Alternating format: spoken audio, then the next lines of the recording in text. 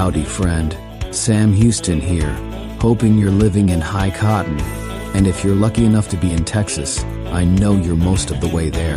Now enjoy your daily dose of Texas history and Texas pride.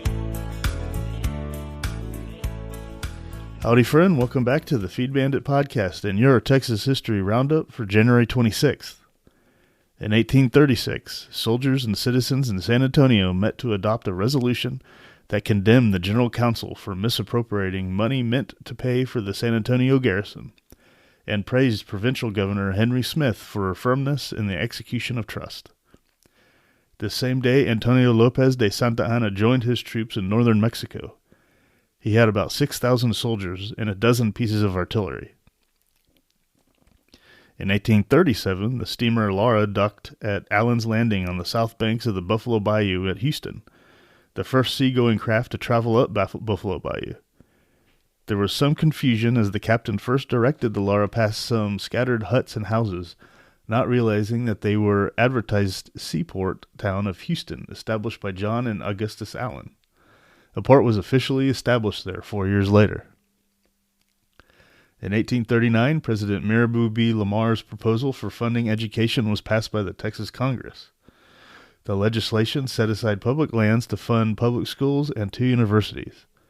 Although it was decades before this took place, Lamar's advocacy earned him the nickname Father of Texas Education. One of his messages to Congress declared that a cultivated mind is the guardian genius of democracy, which was rendered into the motto of UT Austin. Democracy, the god that failed. Not a good form of government. But back then, even though this wasn't a democracy, it was a republic, they were still mislabeling it.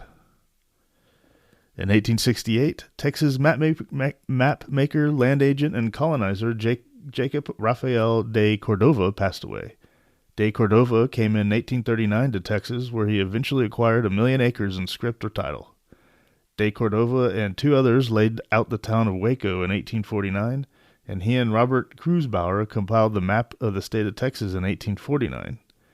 His The Texas Immigrant and Traveler's Guide in 1856 was influential in attracting settlers, and his Texas, Her Resources and Her Public Men in 1858 was the first attempt at an encyclopedia for Texas. In 1892, Bessie Coleman, or Brave Bessie, was born in Atlanta, Texas. In 1920, she moved to France to learn to fly, and in June 1921 was issued a license by the Fédération Aéronautique Internationale, making her the first black person in the world to become a licensed pilot. Her first air show in the United States was at Curtis Field near Manhattan in 1922, and her first performance in Texas, or in Houston, occurred in June in 1925. Her daredevil stunts gained her the nickname Brave Bessie. Coleman died in 1926 during a test flight in Jacksonville, Florida. In 1945, Audiel Murphy received the Medal of Honor for killing or wounding about 50 Germans and stopping an enemy tank attack.